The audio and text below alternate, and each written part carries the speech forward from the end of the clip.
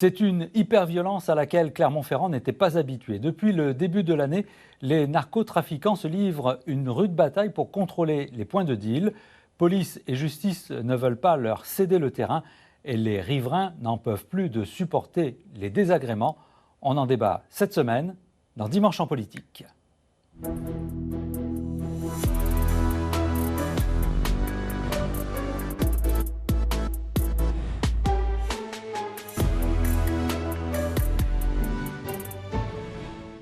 Bonjour à tous. 4 meurtres rattachés au trafic de drogue en quelques mois à peine. C'est un fait nouveau pour Clermont-Ferrand. C'est le signe d'une bataille féroce que se livrent les acteurs du narcotrafic. Une actualité qui a marqué l'été 2025 et la rentrée, puisqu'il y a 2 jours, le 5 septembre, le ministre de l'Intérieur, Bruno Retailleau, est venu sur place soutenir ceux qui luttent au nom de l'ordre et de la République, les policiers, les magistrats, qui sont aujourd'hui représentés sur ce plateau par vous, monsieur le préfet du Puy-de-Dôme, Joël Mathurin, bonjour. Bonjour. Et par vous, Éric Serfas, procureur de la République à Clermont-Ferrand.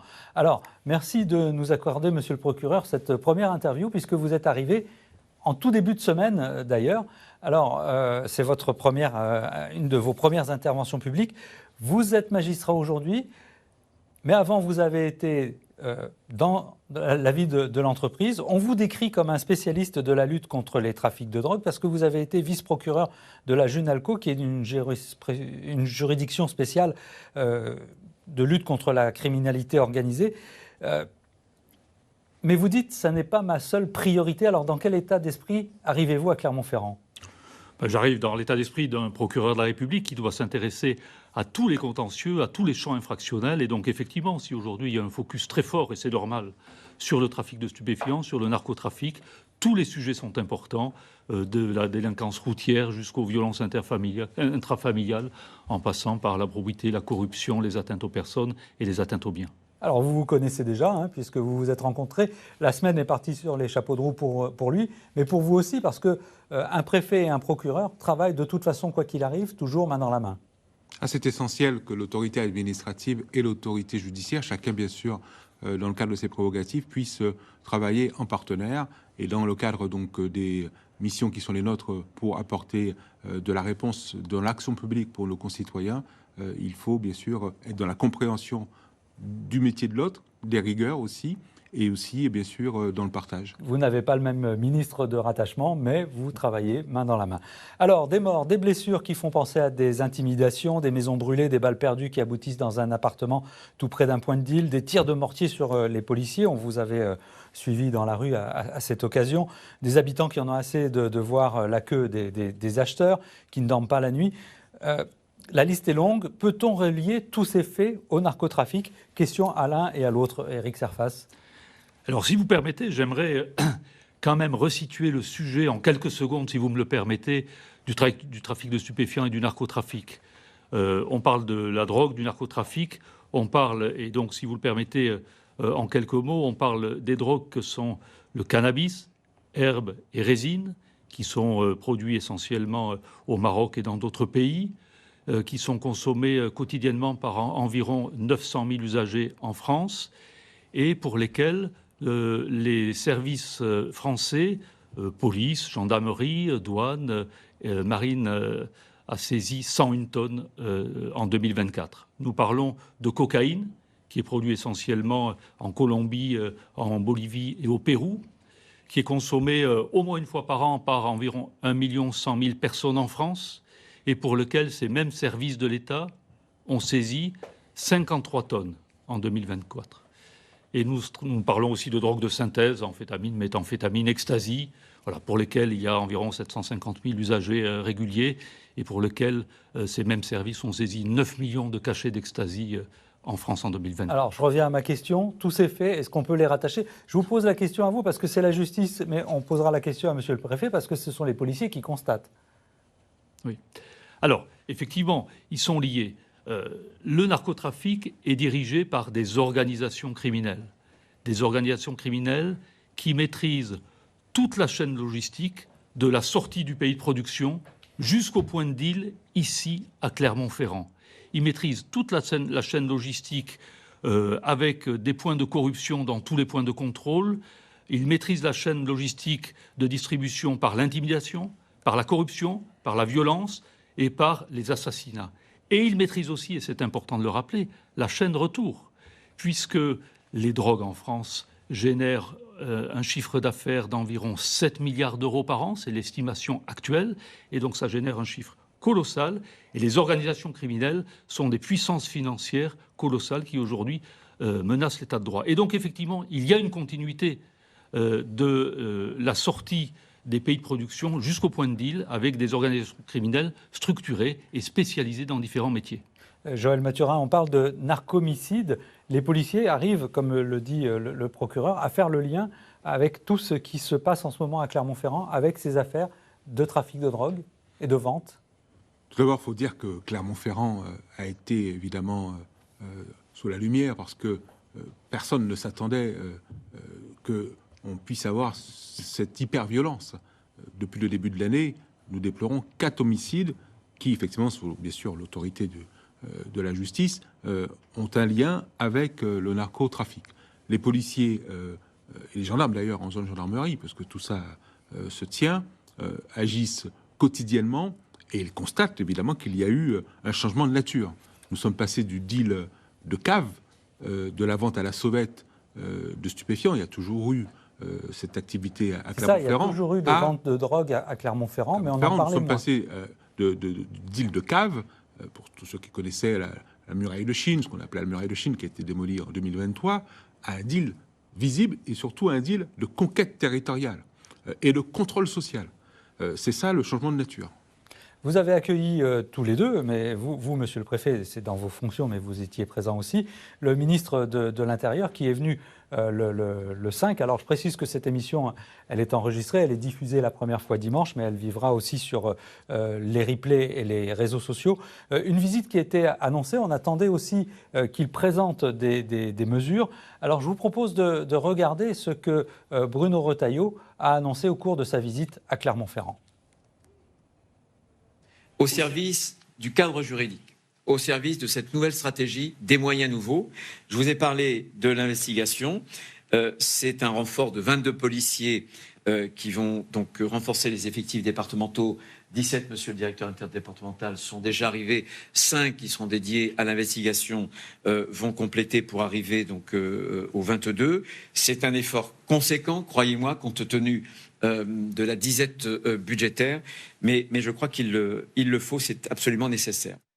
En 2023, il y avait eu simplement sur toute l'année 15 jours de CRS, si j'ose dire, dédiés à Clermont-Ferrand. Déjà sur les 6 premiers mois, il y en a eu 45. Donc il y a eu un effort, mais c'est pas suffisant. J'ai décidé que cet effort, ce serait donc une unité de force mobile, sans doute CRS 83, mais si besoin, alternativement un groupement, en tout cas un escadron de gendarmes mobiles, mais à plein temps, si j'ose dire, et le temps qu'il faudra, pour pouvoir, encore une fois, occuper l'espace public. Ce qui est important, c'est qu'il y ait cette coordination entre la police nationale, la gendarmerie nationale, mais aussi la police municipale. Ça veut dire donc plus de policiers municipaux, le maire s'y est engagé. Ça veut dire aussi des réseaux de vidéosurveillance beaucoup plus denses. Alors, il y a aussi l'engagement d'enquêteurs de police et de gendarmerie lorsque ce sera nécessaire, une brigade mobile de gendarmerie à Thiers pour l'année prochaine, l'utilisation de moyens que la loi accorde au préfet, et la pleine utilisation de ces moyens en termes d'action administrative, et puis 160 000 € débloqués pour de nouvelles caméras dans les rues. Ce que vient de dire le ministre de l'Intérieur et sa présence, ça veut dire que c'est un sujet qui le préoccupe au plus haut et qui préoccupe l'État au plus haut. Absolument. Le ministre d'État, vous l'avez vu, donc d'abord en méthode, il nous a convoqués pour une réunion de travail à Paris. J'y suis allé avec le directeur départemental de la police nationale et le commandant du groupement départemental de la gendarmerie. Nous avons eu une réunion de travail approfondie où il a d'abord fait un diagnostic et puis surtout établi une stratégie dans le cadre de sa doctrine, ville de sécurité renforcée.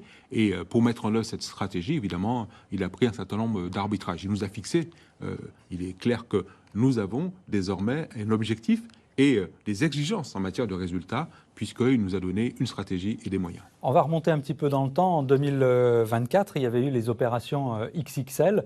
On va revoir des images qui avaient été importantes. Et c'est les explications qu'a donné Bruno Retailleau, que vous aviez données. C'est parce qu'on a mené ces opérations qu'on a déstabilisé. Des fois, les gens qu'on a rencontrés nous disent « Mais pourquoi l'ont-ils fait ?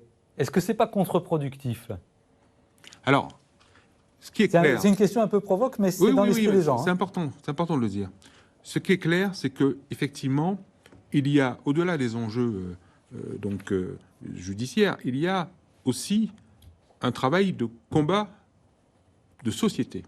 Et il faut que nous puissions faire partager à nos concitoyens, en particulier dans les quartiers nord, que les narcotrafiquants sont leurs adversaires. En fait, ils n'en ont rien à faire de la réalité de la vie des hommes et des femmes qui sont à la Croix-Néra ou à la Gautière, qui vont travailler tous les jours et qui essayent de faire en sorte que leurs enfants puissent avoir une meilleure vie et donc puissent aller à l'école et puis avoir donc bien sûr l'émancipation que la promesse républicaine nous donne.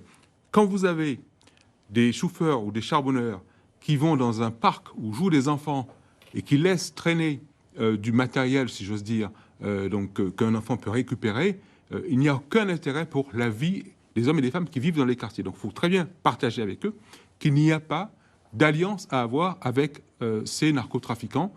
Ils n'ont aucun intérêt pour leur vie du quotidien. Et donc ça, bien sûr, la République doit répondre avec force que la place de nos concitoyens, elle est dans la République et avec la promesse républicaine. Donc là, effectivement, il y a un travail important à faire partager. Et donc pour cela, on ne peut pas laisser s'installer un contre-système avec une volonté de contrôle social par des narcotrafiquants dans les quartiers parce qu'ils ne sont pas là pour accompagner nos concitoyens dans l'émancipation. Monsieur le procureur, ce que décrit monsieur le préfet, vous qui avez occupé un poste qui vous donnait une vision nationale, on parle de Clermont-Ferrand, mais ce n'est pas la seule ville en Auvergne qui est concernée. La drogue existe dans toutes les grandes villes, dans toutes les villes moyennes, dans toutes les petites villes et dans les campagnes. Et il y a des consommateurs à Clermont-Ferrand par centaines et par milliers, comme il y en a ailleurs. Quand il ne se passe rien, c'est-à-dire quand il n'y a pas de narcomicide, quand il n'y a pas de violence, eh bien ça veut dire que le trafic de stupéfiants se passe sans histoire, mais se passe. Ça veut dire qu'il y a une organisation criminelle qui maîtrise le terrain.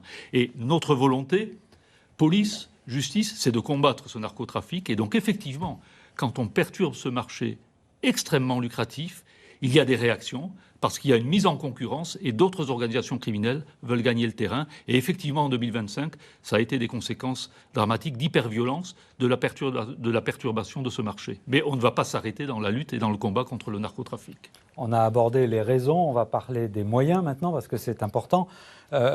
Avant d'aborder cette question de moyens, je voudrais qu'on donne la parole aux habitants. Ils n'en peuvent plus. Ils cherchent à se protéger, d'autres quittent le quartier. Regardez cet exemple, avenue Charras, avec Paul-Luc Monnier et Léa Prunier. À 5 minutes de la gare, une maison aux airs de prison. Ici, les habitants se sont barricadés. 2500 € de barbelés cet été contre les guetteurs. Monter à travers l'arbre et le guetteur s'allonger ici et guetter à l'ombre jusqu'à dans l'autre arbre sur les 2 rues, avenue d'Italie, dans les 2 sens. Voici les guetteurs photographiés avant l'installation des barbelés. Vous descendez de l'arbre, s'il vous plaît, vous êtes sur une propriété privée. Depuis, certains s'installent sur les boîtiers électriques juste en dessous. Les riverains se disent à bout de nerfs. Ma fille ne veut plus sortir de la maison en vélo parce que quand on veut rejoindre la piste cyclable, ils sont ici. La fois dernière, il y en a un qui a sorti le pistolet en disant « Toi, tu passeras ce soir ». Je peux vous dire, quand vous avez 10 ans, c'est impressionnant. Dans ce petit immeuble à proximité, certains ont décidé de déménager. Il y a 4 personnes qui sont parties dans les 9 derniers mois. Sur combien de personnes en tout ? Sur 6. Sur 6 logements. Allez, les draps. Elle aussi va quitter son appartement. Un carton. Pour fuir la cage d'escalier parfois squattée, les multiples cris et les coups de feu dans la nuit. Vous avez hâte ? Oui, j'ai hâte, j'ai hâte. Moi, j'ai besoin de sérénité, j'ai besoin d'autre chose. J'ai vu trop de choses, ça me hante. Toute la journée, je parle de ça. Voilà, c'est compliqué, non. Alors, avant de redonner la parole à nos deux invités, je voudrais vous proposer un autre témoignage. C'est un monsieur qui a vu sa soirée du samedi de la semaine dernière basculer quand 2 balles sont arrivées dans son appartement. Pour préserver son anonymat, sa voix a été doublée par un journaliste de la rédaction. J'ai entendu des coups de feu, 2-3 coups de feu comme ça, et puis j'ai vu du verre sur le lit et j'ai vu des impacts. Du coup, avec ce que j'avais vu, j'ai dit à ma femme, ce ne sont pas des bêtises, c'est quelqu'un qui a tiré. Ce sont des balles. Il vaut mieux rester ici jusqu'à ce que la police arrive. On sera plus en sécurité en restant à l'intérieur. Évidemment, moi j'aimerais partir, chercher d'autres appartements. J'aimerais me sentir plus en sécurité avec ma femme et mes enfants. Je ne me vois pas rester ici plus longtemps. Alors, je reprends dans l'ordre des interventions sur le terrain. Ce sont les policiers qui interviennent. Je me tourne vers vous, Joël Mathurin. Les policiers, ils entendent aussi ces témoignages. Vous les entendez quand vous vous rendez sur place. Le procureur ou son représentant l'entendent. Comment on fait pour aller au-delà de la compassion, simplement, pour leur dire on est à vos côtés, on vous aide? D'abord parce qu'il y a une stratégie. Nous avons 5 points de deal permanents. Nous en avions d'ailleurs 6. Nous en avons donc éliminé 1. Et l'enjeu, désormais, c'est de faire en sorte, dans la stratégie, que ces points de deal permanents, au fur et à mesure, nous puissions les casser. On ne puisse pas avoir ces personnes qui viennent s'asseoir avec une logique de supermarché et passer la journée tranquillement à vendre de la drogue. Donc ça, c'est une stratégie qui est tout à fait claire. Et donc, il faut une réoccupation de l'espace public.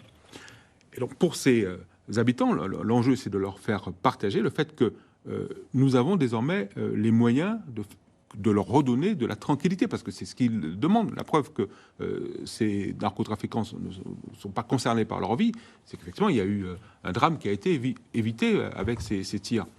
Et puis, nous avons des outils nouveaux. Par exemple, là, si ce monsieur a des voisins qui sont participants au narcotrafic, désormais, avec la nouvelle loi, je vais pouvoir, avec des entraves plus faciles, faire injonction aux bailleurs publics ou privés d'enclencher une procédure d'expulsion de ses voisins. Et donc, il faut qu'ils, d'ailleurs, participent citoyennement à l'information. Et c'est très important parce qu'évidemment, on ne peut pas accepter que vous puissiez, par exemple, bénéficier d'un logement social et en même temps participer au narcotrafic et donc rendre la vie de votre voisin, d'abord, évidemment, épouvantable et surtout créer un danger pour votre environnement. Donc ça, la loi nous a donné les moyens de faciliter cette procédure d'expulsion locative et je vais l'utiliser d'ores et déjà. Je l'ai utilisé une fois.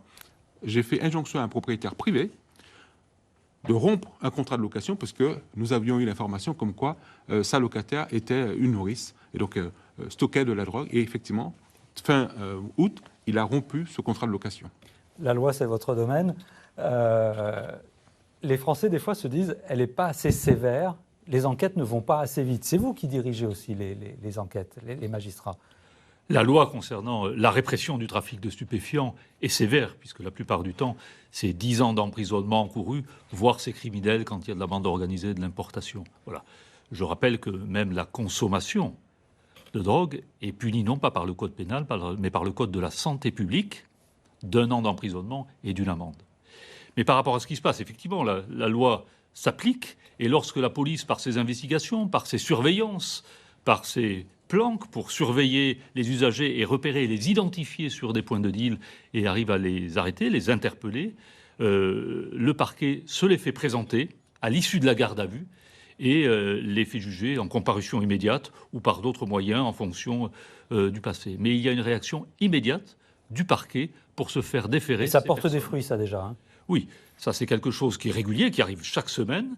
Alors non seulement c'est des personnes qui sont prises effectivement sur des points de deal en flagrant délit, mais ça peut être aussi des personnes pour lesquelles le préfet a prononcé une mesure d'interdiction, et cette mesure d'interdiction, de paraître, de fermeture, ne serait pas respectée. Et donc c'est une infraction pénale aujourd'hui que de ne pas respecter une mesure ordonnée par monsieur le préfet. Vous avez esquissé la situation des consommateurs. Monsieur le préfet le disait il y a une dizaine de jours, pas de trafic sans consommateurs. Donc il faut aussi s'attaquer aux consommateurs. Certains disent qu'il faut aussi être conciliant, il faut avoir un volet social. Qu'est-ce qu'on peut faire ? Le consommateur, le client est roi. Celui qui paye commande. Avec des méthodes de business incroyables. Hein. Oui, mais le client, c'est l'usager. C'est lui qui paye, et c'est lui qui commande, c'est lui qui consomme. Donc effectivement, c'est lui qui crée la demande. Voilà. Ensuite, la question est de savoir comment on fait. Il y a des outils répressifs, parce que la loi punit l'usage de stupéfiants. Il y a les amendes forfaitaires délictuelles, il y a d'autres mesures. Et il y a aussi des personnes qui consomment de la drogue qui sont dépendantes, c'est-à-dire qui sont piégées par la drogue. Ça n'en fait pas des victimes. C'est-à-dire qu'il faut quand même responsabiliser le consommateur. Il peut-être pas s'arrêter comme ça du jour au lendemain, mais au moins son obligation, c'est de s'arrêter, c'est-à-dire de mettre tous les moyens en œuvre pour s'arrêter, y compris par un accompagnement médical ou social. Il faut responsabiliser le consommateur parce qu'effectivement aujourd'hui, même si juridiquement ce n'est pas exact de dire qu'il est complice du narcotrafic, aujourd'hui, en tout cas au moins moralement et en réalité, c'est du fait des consommateurs qu'il y a ces trafics de stupéfiants, et donc il faut inviter les consommateurs à s'interroger sur leur responsabilité personnelle par rapport à toutes les conséquences du narcotrafic. Être au plus près des consommateurs, j'ai une question qui me vient tout de suite, je vous la pose, mais vous pourrez développer. Être au plus près des consommateurs, c'est aussi avoir des forces de police.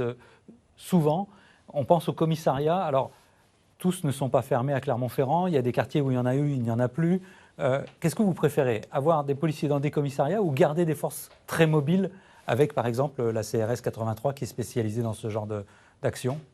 Alors, sur la présence des forces, je reviendrai, mais juste un mot quand même pour dire qu'il faut casser cette idée qu'il y aurait une consommation récréative sympa de drogue.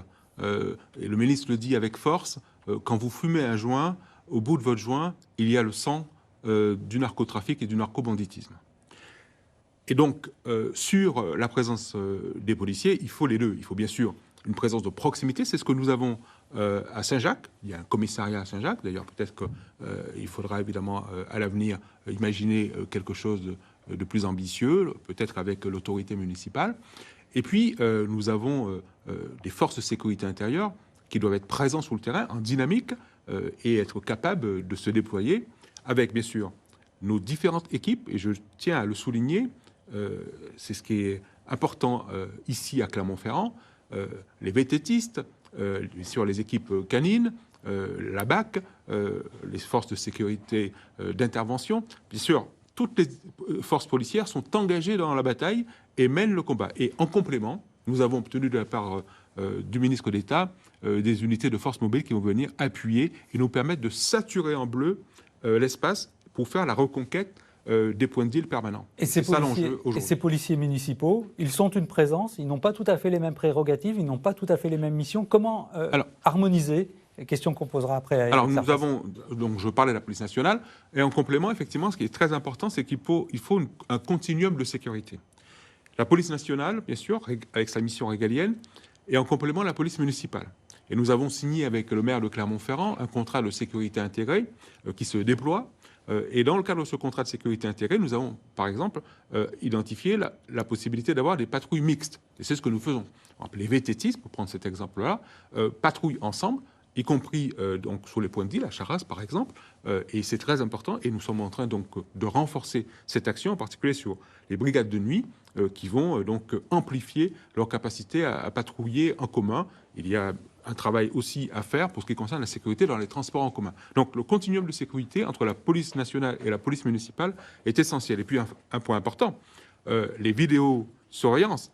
Nous avons donc ici à Clermont-Ferrand un centre de supervision urbain qui est porté par la municipalité, qui est un élément essentiel dans la stratégie de maîtrise, bien sûr, du terrain, de participation auprès de l'autorité judiciaire à faire émerger la vérité donc concernant les personnes qui sont impliquées. Et puis pour moi, je vais en train de travailler avec le maire sur un protocole aussi de coopération, me donner du renseignement administratif pour appliquer les mesures d'entrave que la loi narcotrafic a mis à ma disposition. Éric Serfass, un interlocuteur que j'ai eu pour préparer cette émission m'a dit qu'il est important que tout le monde collabore. C'est le cas à Clermont-Ferrand. Comment on peut le renforcer ? Il nous reste 1 minute avant la fin de cette émission. Alors effectivement, je crois que tout le monde est convaincu que seul, il n'y arrivera pas. Donc le partenariat est essentiel dans le respect des prérogatives de chacun que la loi leur donne. Mais effectivement, le travail partenarial entre l'autorité judiciaire, l'autorité administrative, la ville et les différents partenaires de l'État et locaux et associatifs est absolument essentiel pour réussir, à travers le partage de l'information et la coordination des actions. La police municipale est-elle suffisamment préparée? Les élus sont-ils suffisamment préparés? Ou doivent-ils se tourner vers des experts comme vous pour avancer dans leur compréhension du phénomène? La police municipale doit être formée. Elle n'a pas de responsabilité d'officier de police judiciaire. Par contre, effectivement, elle peut prêter main forte et assister la police nationale dans certains actes. Avec les élus, effectivement, il ne faut pas cesser de dialoguer parce qu'ils ont beaucoup à nous apprendre. On a aussi à leur dire comment nous devons faire et nous devons être à leur écoute. Merci tous les deux d'avoir participé à cette émission.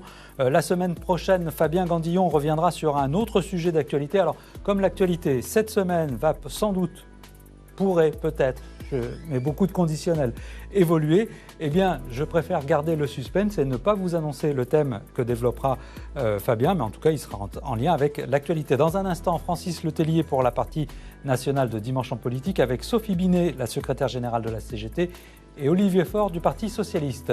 Je vous souhaite à tous un très bon après-midi.